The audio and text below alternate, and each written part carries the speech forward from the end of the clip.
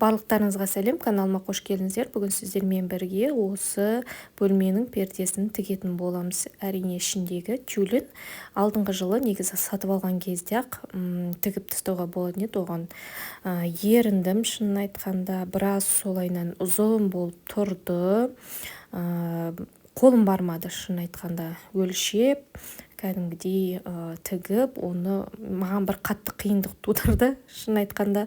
Сонымен кеше отырып тюльге қарап отырым, осыны бір қысқартып тастайыншы дедім да, сонымен сразу шешіп алып, өйстіп қысқартып жатырмын. Мінекей осылайынан барлығын іліп қойған болатын, солардың бәрін шешіп жатырмын. Тағы да қандай ілулер бар сіздерден кеңес сұрайын деп едім. Тағы қалай ілесіздер пердені? Негізі бір ютубтан қараған болатын, осылай біреу іліп атқан, содан кейін осылай ілесе алған болатын. Ілудің дейін түрі бар, енді басымды шын айтқанда қатырғым келген жоқ, сонымен осылай ілесе алған болатын. Бұл жерден де өлшеп жатырмын, 11 сантиметр алуым керек қой. Астынан өлшедім, үстінен осылай кесіп алмақшымын. Енді сөгіп жатырмын. Сөккен кезде бұны ақ жіппен емес, мынандай ақ леска сияқты жұқа осындай леска жіппен тіккен екен. Асты ақ жіп, үсті осындай леска, сонда перденің жаңа тігісі көрінбейді екен да. Мен ақ жіппен тіктім, енді менің ақ жібімде өте қатты жұқа ақ жіп, сәл неғысаң үзіліп қалады. Басында сол ақ жіпті не үшін алған, есімде жоқ, әйтеуір үлкен қылып алып алғам ғой. Андай әшейін ақ жіп емес, кішкентай үлкен ақ жіп жетеді. Ана ақ жіп енді бірнеше жылға жетеді, өйткені ақ жіпті көп қолдана бермейміз ғой. Сол жіппен осы нені тіккен болатынмын. Негізі осы пердені басында бірінші әкелген кезде сразу қысқартып ілуге болатын еді, бірақ маған бір қатты бір қиын сияқты көрінді, бір тіге алмайтын сияқты көрінді. Кеше өйстіп шешіп, осылай қырқып, тігіп отырсам, өте оңай екен, ешқандай қиындығы жоқ. Сәл қиналдым, ол енді қайырған кезде, өйткені қайырған кезде барлығы бірдей болу керек қой, бір жағы ұзын, бір жағы қысқа болмау керек. Сол жерден сәл қиналдым, өйткені ине тығу көп болды да. Көбінесе уақытымды сол алды, жаңағы қайырған кезде уақытымды көп алды, так былай тіккен кезде тез тігіп тастадым. Бірақ күн 3-4 сағатымды осы пердеге арнадым. Өйткені барлығын жақсылап істеу керек. Бір рет тігесің, одан кейін болды ғой, одан кейін қарамайсың да. Мына жерде қайырғанды үтіктеп жатырмын. Қайырған кезде ине тығып қойған болатын, сол инелерім жерге түсіп жатыр. Ары-бері қозғаған кезде инелерде түсіп кетеді, өйткені тюль мата емес қой. Кейбір кезде тесіктерге кіріп кетеді, ол қанша дегенмен де кеңдеу, ине ойнақтап тұрады. Сонымен оларды да жоғалтып алмайын деп, өйстіп зорға дегенде үтіктегенім де бар осы жерде. Пердеден көп опытым жоқ болғаннан кейін менің пердем біраз тұрды, енді ұзын болып. Одан кейін кеше қарап отырсам, біраз жерін қырқып тастау керек екен. Мысалға, бас жағында артық маталар бар, оны қырқып алып тастау керек екен.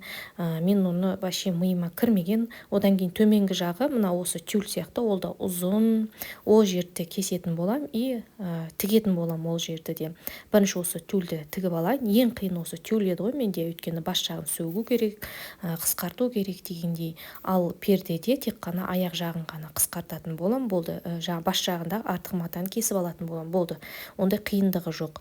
Осы тюль ғана болатын. Мына жерде енді тігіп жатырмын, мінекей өздеріңіз көріп тұрғандарыңыздай. Арасында далаға қарап қоям, өйткені далада жел тұрып тұр. Азанда тұрған кезде өте керемет болып тұрады. Күн сағат 10-11-ге шейін, 12-ге шейін, одан 12-ден кейін уже жел басталады бізде. Одан кейін осы терезенің алдында кішігірім жер бар ғой енді. Сол жерге мысықтар қайтадан дәрет сындыра бастапты. Бұрындары шифр жайып тастаған болатын жердің барлығына. Бұл жолы енді жинап тастағаннан қайтадан келіп өздерінің істерін тындырып жатыр. Қайтадан шифрды жайып қою керек деген ойда отырмын. Кешке таман папамыз келген кезде айтатын боламын. Негізі күндік айтайын деймін де есімнен шығып кете береді. Уже кешке таман келген кезде автоматически өзі тамақ дайындап сөйтіп кетесің ғой. Өйткені балам мен папамызда екеуі бірдей келеді уже. Қарындары ашып келеді, тамақ уже бірінші кіріп бастаған кезде уже айтатындар, тамақ бар ма дейді. Сондықтан тез тамақтарын істеп бересің, анау мынау дейді, сонымен ол ұмытылып кетіп жатыр. Тюльді тігіп бітірдім. Енді мына жерде крючоктарын қайтадан іліп жатырмын. Бұның өзі де бірталай уақыт алады, былай қарасаң, бір-бірлеп осыны іліп отырасың, кейбіреулерін жағы ілу ішінен ілу керек қой тағы да. Ол кәдімгідей қиындық тудырады.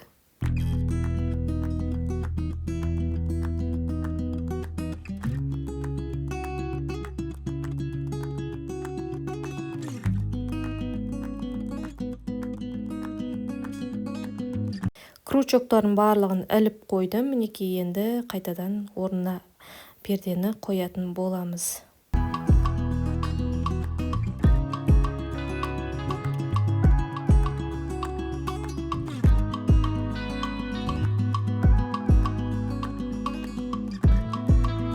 Перде ілу процесі ешкімге ұнамайды деген ойдамын. Маған да ұнамайды өзі, бірақ терезе соның өзінде де перде ілу маған мүлдем ұнамайды. Қолың шаршап кетеді. Бізде мысалы потолок, тем более кішкентай, мінекей сәл тұрсаң болды, қолың жетіп қалады барлығына. Сонда да қолың талады. Мінекей демалып тұрмын арасында осылай. Еще аралары жақын болғаннан кейін крючок өте көп. Тюльді ілетін кезде менде қорқыныш болды. Қысқа болып қалма деп ойладым. Өйткені сәл болса да науға тұрдым, мен қатты былай өлшеп не істеген жоқпын, әйтеуір асты жағынан өлшедім да қоя салдым. Жоқ, кәдімгідей әдемі болып шықты. Қазір өздеріңіз көресіздер, результаты қандай болатынын сіздерге көрсететін боламын.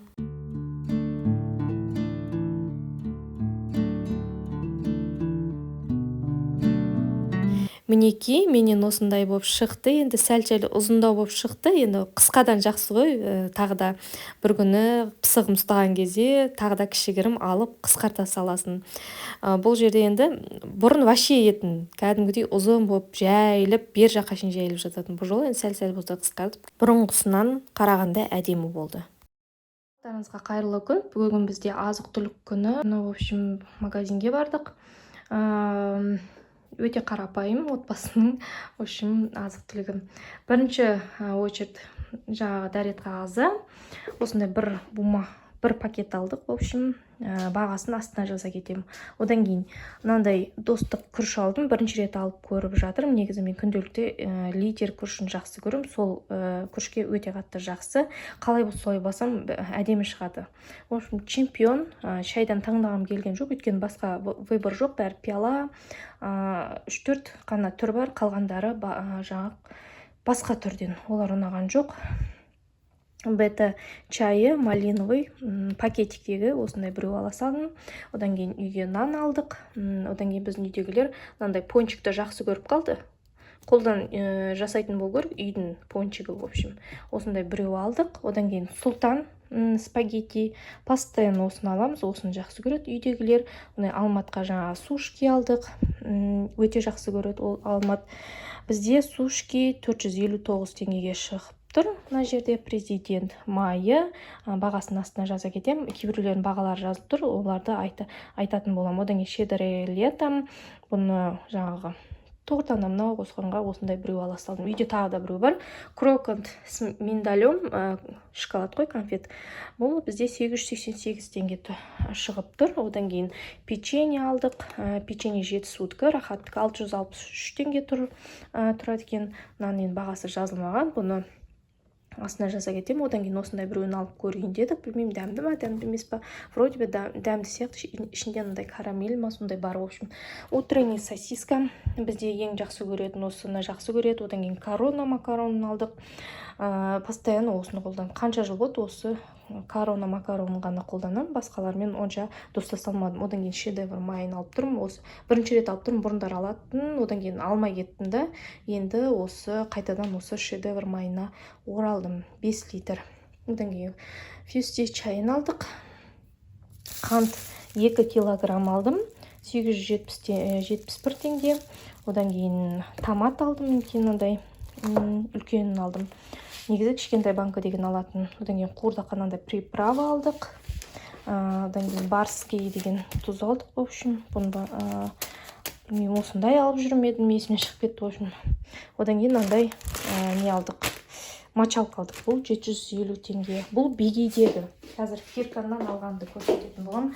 Айтпақшы бигейден тағы да не алдық. Сабын алдық, айтпақшы мінекей. Сабын, 4 штук, 5 штук па, 4 штук па. В общем, мынандай біреуін ала салдық. Одан кейін сыртына қарамаппын. В общем, басқа түрін алу керек еді. Одан кейін Акс мындай папамыз алды мінекей, мындай дезодорант. Біреу алдық. Осындай біреу алдық, болды. Бегейдегі біздің неміз сумамыз мынандай 25.968 теңге. Бегейдегі 3 магазиннің заттарын бірге қостым. Арелді бөлек магазиннен алдық, жаңағы бытовой химия сататын жерден алдық. 2336 теңгеге 3 килограммдық Арел алдым, осындай біреу. Одан кейін Фирканға кіріп қаймақ алдық. Қаймақтың бағасы 615 теңге. Кенінде сүйік, өте қатты свежий болған кезде осындай сүйік болады, қаттылау. Одан кейін или солай бола ма, в общем, айран, одан кейін сыр 1701 теңгеге. Одан кейін сол Фирканнан осындай колбаса алдық. Фейз беді, в общем, сондай. Одан кейін овощной магазиннен банан, 20 жұмыртқа, мынандай капуста алдық мінекей. Одан кейін мынандай корейский салат, одан кейін қауын алдық мінекей. Үшеуін бірге қостым. Қауын бағасын білмеймін бұлардың, бұны папамыз алды, мен машинада отырдым. Айран как-то 400-500 орталығында, или 300 ба, 400-300 орталығында. Сондай болады бағасы. Мынаның бағасы, колбасаның бағасын айтпаппын, 2120 теңге мінекей. Сіздерге осындай продукты алып түсірген ұнаса, астына жаза кетіңіздер, ұнамаса, тағы да пікірлеріңізді айта кетіңіздер. Может, ұнамайтын шығар кейбіреулерге, бос уақыт алады, бос сөз дейтін шығар. Может, кейбіреулер салыстыратын шығар продуктыларын дегендей ғой, кейбір жерлерде қымбат, кейбір жерлерде арзан деген. Бізде енді көбінесе арзандау болады. Өйткені бізде қымбат нәрсені көп алмайды. Қаладан кейін бүткіл кейбір магазиндер тез жабылып қалады. Өйткені бізде өте қарапайым адамдар. Бізде көбінесе поляда жұмыс істейді. Кешке таман уже барлығы полядан келеді, магазиндерге барып продуктыларын алады, не алады. Азаннан кешке шейін поляда жұмыс істеу деген ол өте қиын, өте қатты қиын жұмыс. Үлкен жасына қарамайды, барлығы жұмыс істей береді. Оқушылар да істейді поляда, үлкен кісілер де істейді. Бізде де бар үлкен кісі. Үлкен кісі уже қанша жыл болды поляда істеп жүргеніне. Тек қана поляда ғана істейді. Енді сіздермен бірге кешкі асқа өте қарапайым и тез пісетін тамақ. Бұл бізде вермишель, әрине. Өйткені кешеде тамақ істедім, сол тамақтардан біраз қалған болатын, соны жейтін боламыз. И осы кішігірім осындай вермишель істеп жатырмын. Поляға оралатын болсақ, енді бізде қанша жылдан бері поляда істеп жүрген адамдар көп, мысалға бала шағасымен шығатындар бар, әсіресе жаздың күні оқушылар шығады, киіміне, өздерінің басқа керекті заттарына ақша істеу үшін поляға шығады. Өте қиын, қатты қиын, өйткені еңкейіп жүріп жұмыс істейсің, сондай еңбекпен тапқан ақшаңды үнемдеп жұмсауға тырысасың, әрине қымбат нәрселерді. Енді аласың ғой, алмайды емес, аласың, но все равно қанша дегенменде үнемдейсің, қанша дегенменде. Мен мамамда негізі бұрындар поляға да істеген, білем қандай поляның қандай екенін, сондықтан айтып жатырмын. Бізде көбінесе сол поляда былай қарағанда. Бар ғой, басқа да жұмыстар бар қазір, бұрынғыдай емес, бұрындар енді барлығы поляға шығатын, даже мектепке 1 сентябрьде мектепке бармай да шығатын. Сол кезде есімде тұр, директорлар, мектептегілер үйді аралап, поляға шығып, сабаққа бармай жүрген балаларды әйтеуір ұстап алып, ертесінде мектепке апарып жүретін есімде, әйтеуір сол есімде қалған. Қазір енді ондай емес, жан-жақты жұмыстар өте көбейіп жатыр, дамып жатыр дегендей. Но все равно бәрібірде поля бар, по-любому. Тамақ дайын болды. Енді Алматқа біз телефон алғанбыз, телефон ішіне программаны бастырамын деп папасы үйге кеткен магазинге, соларды күтіп қалдым да, тамақ суып қалды. Ұмытып бара жатып сіздерге өйстіп көрсетіп үлгердім. Нан да пісіріп үлгердім. Үйдегі жігіттерді күтіп отырмын.